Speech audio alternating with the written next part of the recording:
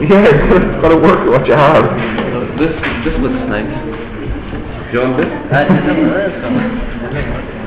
Grab it. If I found an adapter. Yeah. Just make sure you do it on your last day, though. Okay, so if you open up the next lesson now, ready? So there are two graphs for us to look at for the double lesson. So the first, first graph we're going to have a look at. It's called Cumulative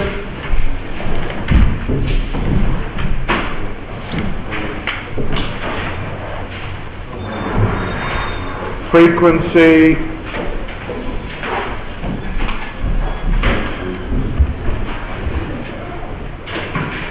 Polygon.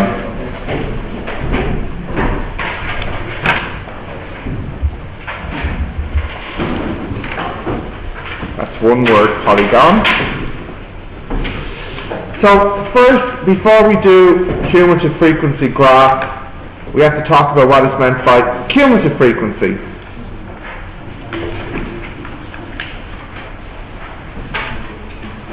Okay.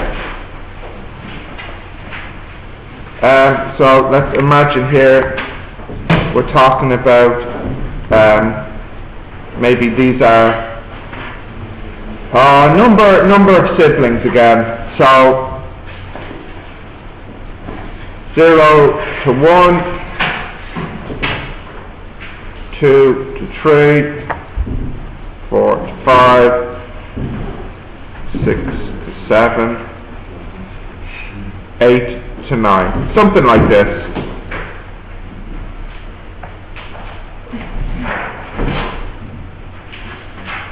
Or maybe it's not number of siblings, whatever, that's just our data. And we can say that we have one of these, two of these, three of these, two of these, and one of these, as an example. Guys, come on, you're late.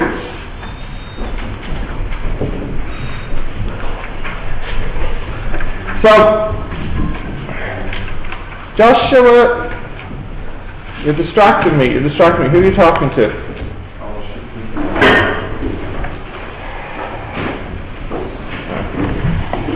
I'm low on energy, and I need to conserve it for the rest of the day because I still have 7 hours to go of teaching. Okay?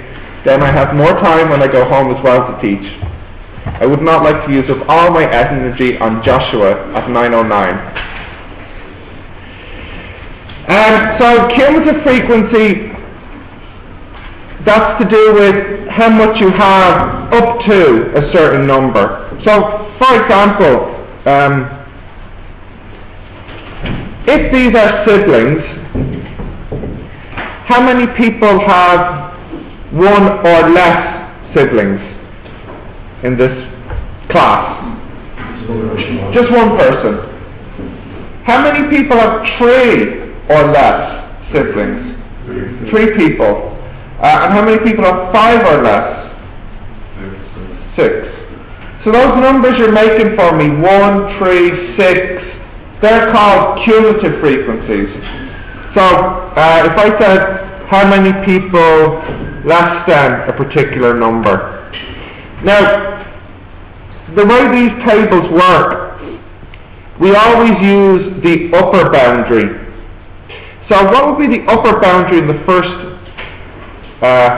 cell? What's the upper boundary here in this cell? 1.5. I know it doesn't make sense to have 1.5, but it's still true. How many people have less than 1.5? And the answer is 1. How many people have less than 3.5? 3, yeah. And then 5.5? 6, and then next 8, and finally the last one is 9. 9.5, 7.5. This here is what we're looking at today. This is called the cumulative frequency.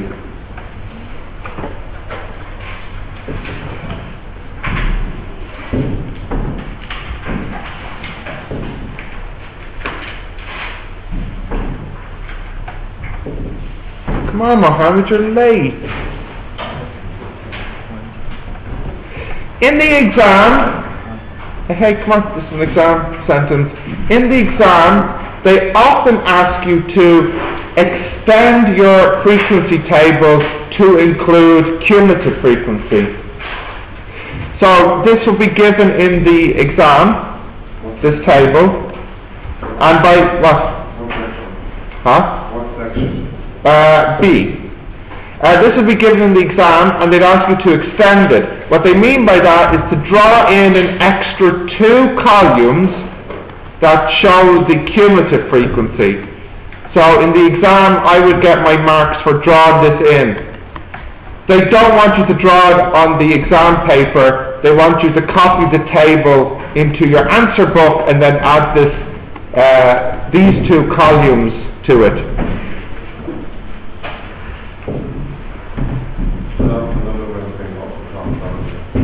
Yeah, very good. Yeah, these are like upper class boundaries. So it's everything less than the upper class boundary.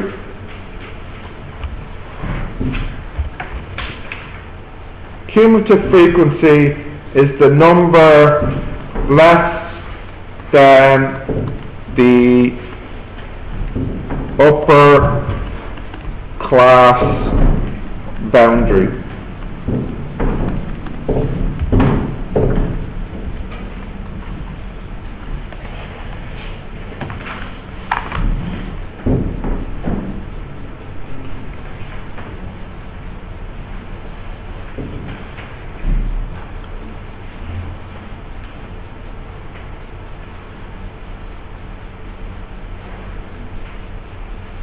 Okay, you have this copied?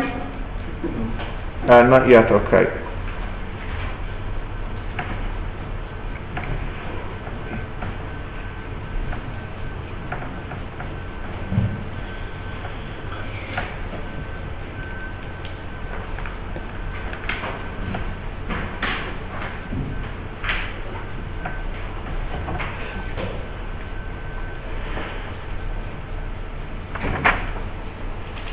Now, unfortunately, what I don't find clear in books is, because they often don't write it in books,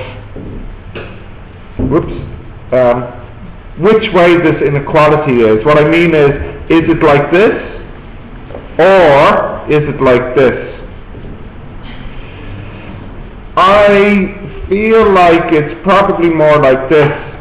But when I try to look this up in Google Images or in books, sometimes I see this, sometimes I see this, sometimes, in fact most times, most people don't try to commit and they just leave it as X like this.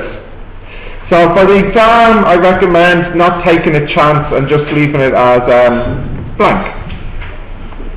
You just need to write CF here. Yeah. Yeah. Do you need to take her outside, or you need to talk? Oh, talk to me, yeah.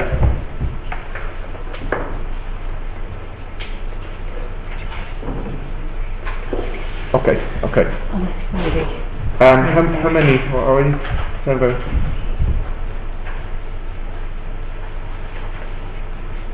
Okay. I'll keep that in mind, so thanks. So in the exam, don't bother writing the title in for that column, just need one for the CF. Okay, so now that you have the cumulative frequency table drawn, we want to put this in a graph.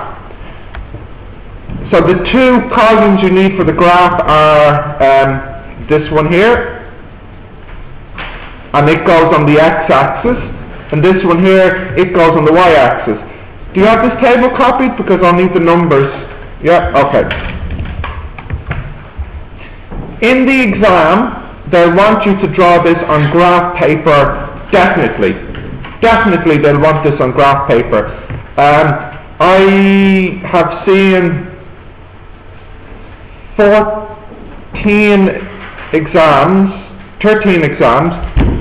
Of the 13 exams, they've asked you to draw this graph 11 times. They asked you to draw a histogram once. That's when I wrote the exam, and then the person after that was a histogram as well. So either way, there's 11 in 13 chance that they'll ask you to draw this graph in the exam. So it's a very, very, very likely graph. So you want to make sure you draw it carefully. Yes, Emer told me there was some panic downstairs, yeah? Everything's okay now? Yes? Alright. Okay, so, what are the values on the x-axis? What's the smallest value and what's the biggest value, please? On the table I gave you. 1.5 smallest. 1.5 is the smallest and the biggest? Say again? 9.5. So I should go up to 10.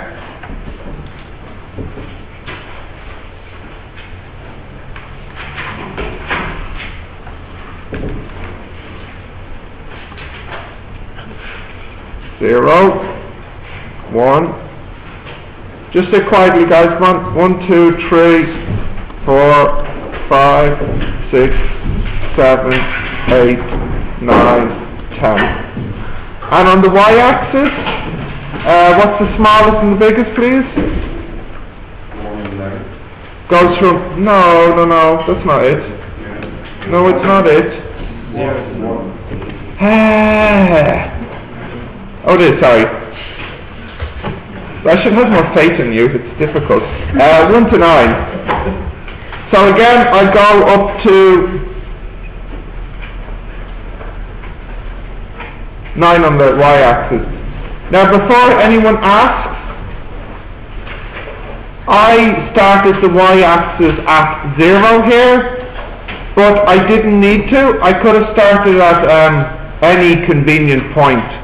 0 was just convenient to start it here. It's a bit like the line graph last time. So again, 1, 2, 3, 4, 5, 6, 7, 8, 9. Okay, this needs to be on graph paper in the exam, so let me just add a bit of lines in.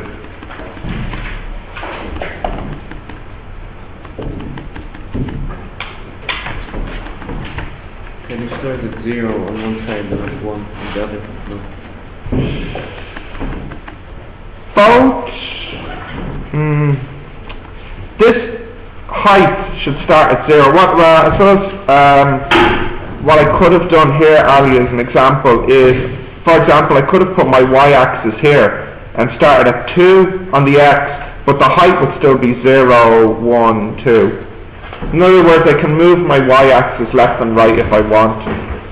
What about the x-axis? The x-axis, we usually start at 0, but that's only because we have data that's near 0. For this example here, imagine that it wasn't 0 to 1. Imagine it started at 100 to 200, 200 to 300.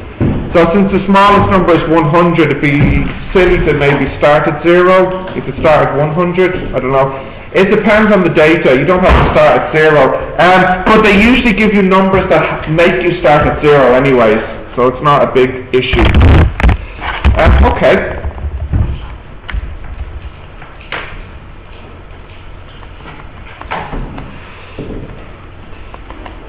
In the exam, they want this on graph paper, and I think I told you this before, they expect you to be accurate to 1 millimeter. So this looks ugly. Don't even know what that is. What's the first point? What's the x and y for the first point? 1.5 and 1, so that goes there. What is the next one? 3.53, okay. Next? 5.5. 6. 5.56, okay. 7.58. Yep. 9.59. Oh, what the heck is that? 9.5. It's not supposed to look like a straight line. It's just because it's so ugly. Now, what we do is we draw straight lines between these. So we go straight line, and then we go straight line, and then we go straight line, and then we go straight line. Linear line or just all connect all? Connect them dot by dot. So it's not one straight line, but many straight lines. I don't feel well looking at this. I'm going to draw a nice one in the program here. Now, why are these cumulative frequency graphs useful? Well, the reason they're useful is they let you find more accurately the quartile, the lower quartile, the upper quartile, and the median. So if you think about it, if I have 9 people, who is the middle person of the 9? The 5th, isn't it? But of course, you have to round up, don't you? Because what's half of 9? 4.5. So previously, when we say the middle of 9 numbers is 5, we have to do that because we have 9 numbers and we have to pick one of them. But because we have straight lines here between the points, we don't have to limit ourselves like that. It's almost like we have a 4.5 person, even though I know that doesn't make sense. If you have 9 people, the middle person is the 5th one. But if you have 9 people and you're allowed to be in between people, then the middle of 9 would be 4.5. And what do I mean by in between people? Well, for example, each of these points would be like a person. So I could be in between them, like halfway between the 4th and the 5th person. So at 4.5, here's 9 people. 4.5, this is the middle person. If I go across and then down, you see here in this one I have 4.8. So what I'm saying here is half the people will have 4.8 or less siblings. Remember, this is cumulative frequency. So this is how many people we have. At the end, this 9 is 9 because we have 9 people in total. Remember, we have to add them as we go along. So this 9 at the end is because we have 9 people. So this is a bit like the 4.5th person. Maybe it'd be a little easier if it was a 10. Then we go straight at 5. But anyways, the 4.5th person, they have 4.8 siblings. So in other words, we can say the median is 4.8 siblings. This is not something we could do when we were just looking at it last week, because we had to pick a number from the list. This is a bit more like a calculation. Let's have a look at a nice one here. So this is our siblings, and then this is our cumulative frequency. So what was the first upper boundary for the siblings? What was it? 1.5. So how many people had 1.5 or less? 1. Okay, next. So I was going up in 2, wasn't it? Okay, and then what was it? 1, 3, 6, 8, 9, yeah? Okay.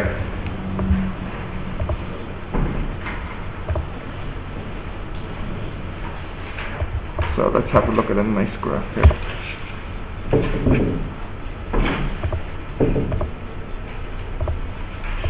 So on the x-axis is the number of siblings, and then on the, oh sorry, that's not the title. Cumulative frequency polygon is the name of this graph, CF polygon. X-axis is siblings, y-axis is cumulative frequency, X, Y, finish. That's what it should look like. So they want something like this on your graph paper. So I can see here, 9 is how many people we have. The middle person of 9 is the 4.5th person.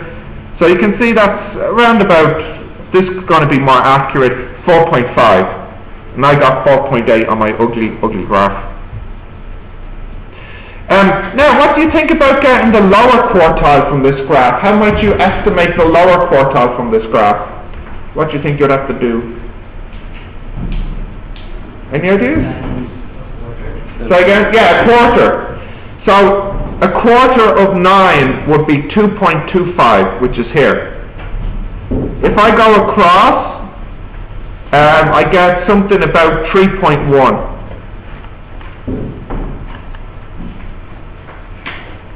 And the upper quartile, that would be 6.75, I believe. 3/4 of 9. 3/4 of 9, please.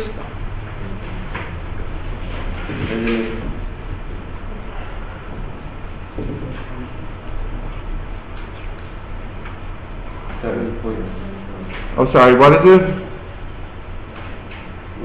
It's not 6.75? 6.75. So if I go across here,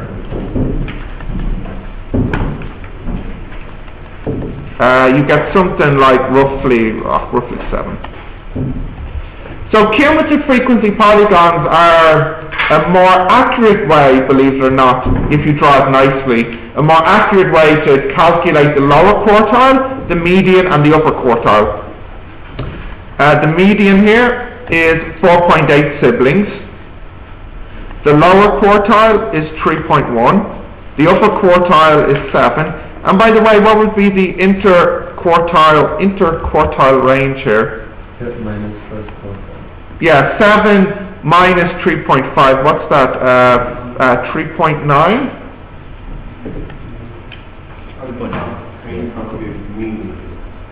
No, you can't. Good question. This is only suitable for the median. What did you just calculate? IQR, interquartile range. Oh. You forgot. Interquartile range is upper quartile minus lower quartile. You remember? What's the range? Uh-oh. What's the range? 8. What is the range? How do I find the range? Highest minus the lowest. So if I go back to my table, what's the biggest value here? Yeah, actually, what would the range here be?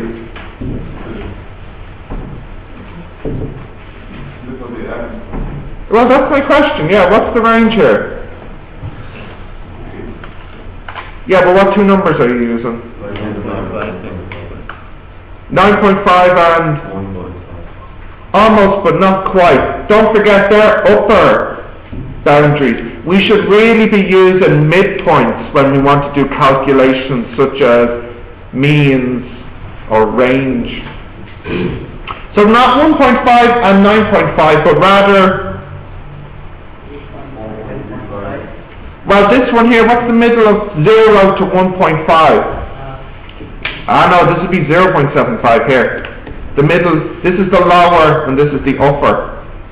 Now, what's the lower here for this one? No, 7.5. And the upper? 9.5. So if you add these and divide by 2, what do you get? 8. No. You don't. You get 8.5. So 8.5 is the maximum number of siblings I think are in this group. However, that's only an estimate because it is possible that someone actually does have 9 siblings. This one person here, this one person either has 8 siblings or either has 9 siblings. We estimate that they have 8.5 siblings. This person right here either has 0 siblings or 1 sibling, but we're estimating it as 0.75. The reason for this is because the lower boundary, some people would say the lower boundary is 0 because this is the minimum allowed, but some people might say, well no, mathematically it's minus 0.5 because that still rounds up to 0, but of course minus 0.5 is not possible. You can't have this many siblings. In the exam, it doesn't really cause an issue.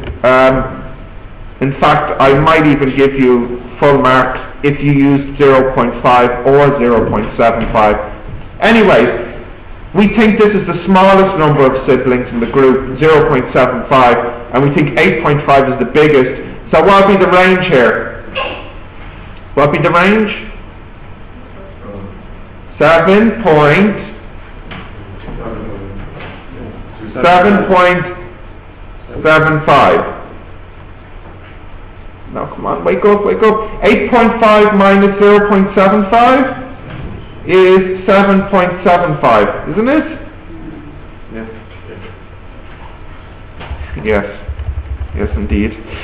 So the range here is 7.75.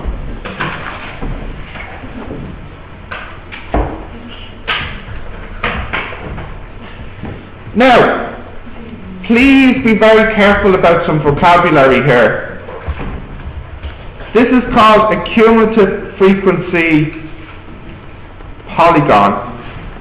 There's also something called a cumulative frequency curve.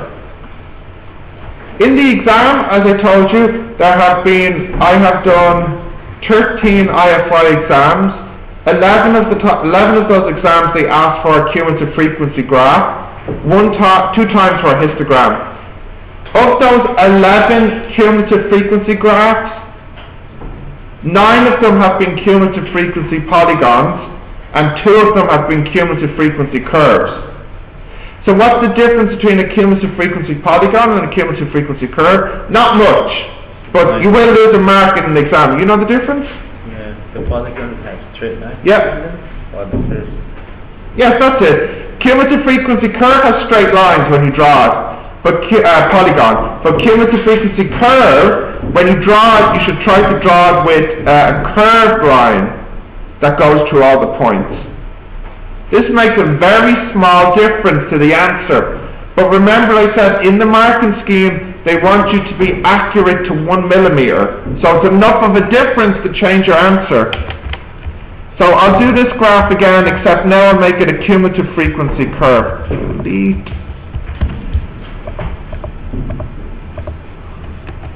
Right.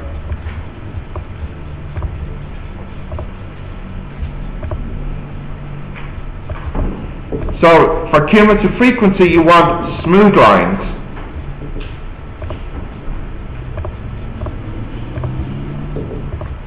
So this is a CF curve.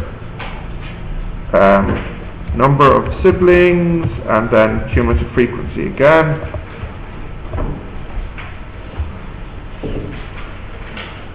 Now it doesn't look like much of a difference, but it is a nice curve going through all the points.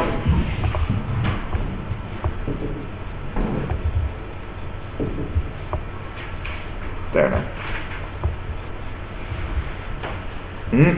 That's some good graphing. Your graph must look like this when you draw it on graph paper. Because we are all computer programs. Yep. Just be one with the matrix and then go for it. Believe in yourself, yes. Now, there are common mistakes people make here.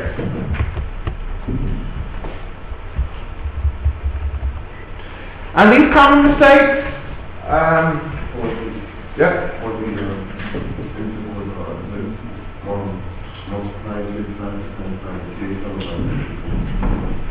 if you're quartile, what you do is you look at the frequency and multiply that by 25 and 75%, and then you find those values on the y-axis and you go across and down.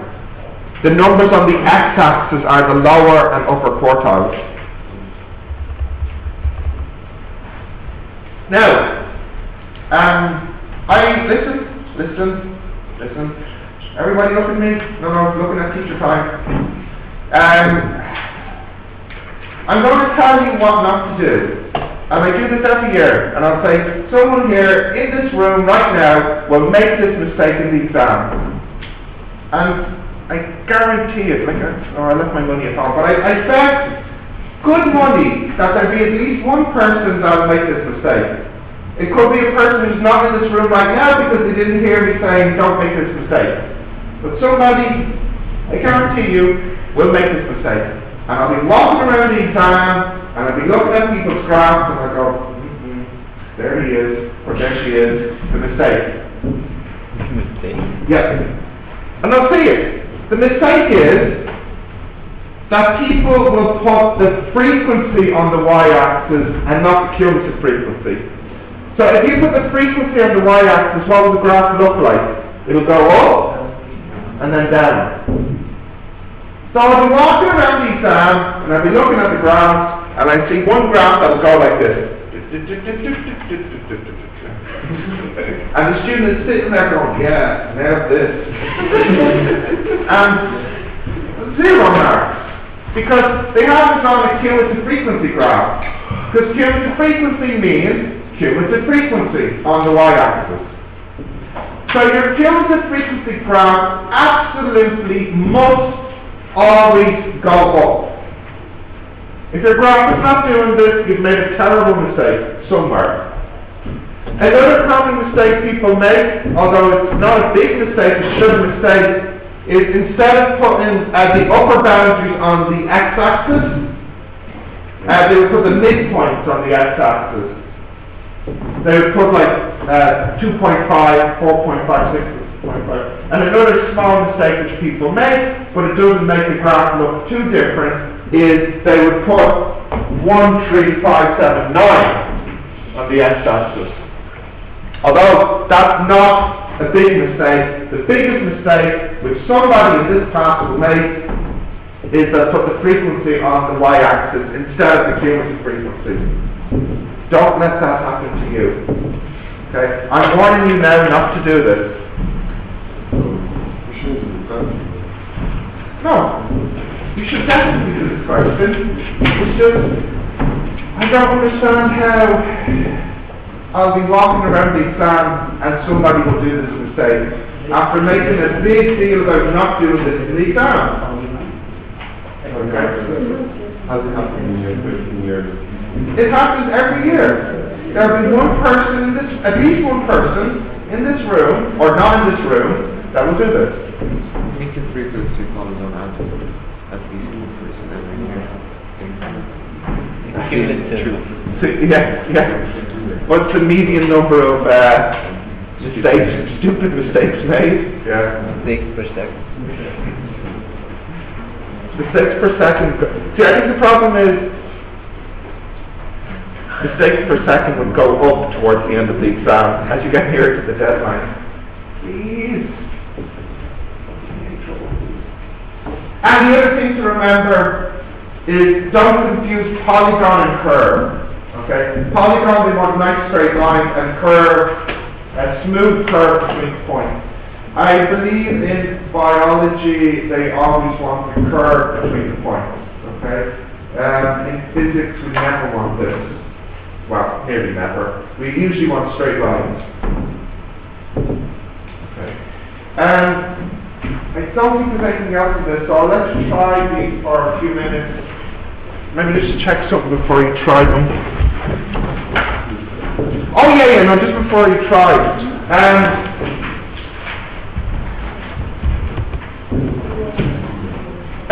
Hey, just before you try, a quick question here. I didn't do it in this graph, but well, actually, you were talking to me about the y-axis. So can you see in this graph, the y-axis actually starts at 1.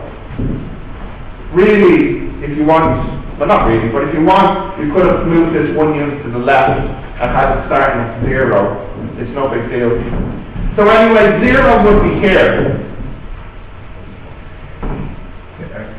The x-axis 0 would be here, yeah. The y0 doesn't matter, it's just the height. Anyway, do you think this should go to 0, 0? Well, sometimes they want you to do this, and sometimes they don't. How would we know this? But yes, how do you know if you should go to 0, 0?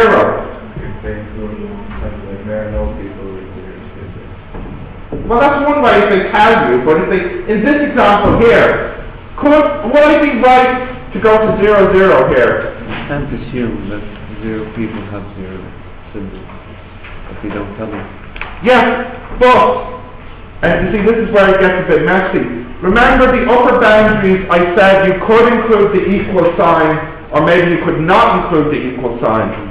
If I did not include the equal sign, then the 0 would represent how many people have less than 0 siblings. How many people would that be? 0. 0 people have less than 0 siblings. But if you include the 0, if you said less, for example, if these represent less than or equal to, so for example, less than or equal to 9, less than or equal to 8. If I include the 0, then what would less than or equal to 0 mean? Well, that could include people who have 0 siblings. So this is what I mean. Around about here, I feel it gets a little bit confusing maybe. Sometimes in the marking scheme, they go to 0, 0, and sometimes they don't.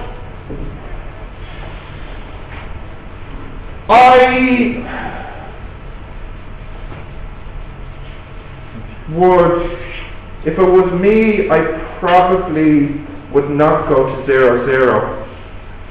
Unless there's something in the question, like you were saying, where they actually include 0 in their data, and they say that there are no people who have 0 siblings. Then yes, you would go to 0, 0 there. So I'm just trying to point out there are some things which I feel might be slightly different in different books, or even in people's graphs might be a little bit different. Some books would always go to 0, 0, but I feel like I can't say to you always go to 0, 0. It's only sometimes you go to 0, 0. Okay. Anyways, I think my advice would be not to go to 0, 0, unless there's something in the question that you feel really makes you feel like you should be going to 0, 0. Okay. I'll let you try these for about 5 minutes or so, and then we'll take a little break. Okay. The table. Yeah. This question. Huh? Oh, just copy it down. Okay. All right. Just try these ones, please, and then we'll look at what? You're friends now, yeah? Yeah, like. They don't take like extra up with the up and down here. So many people are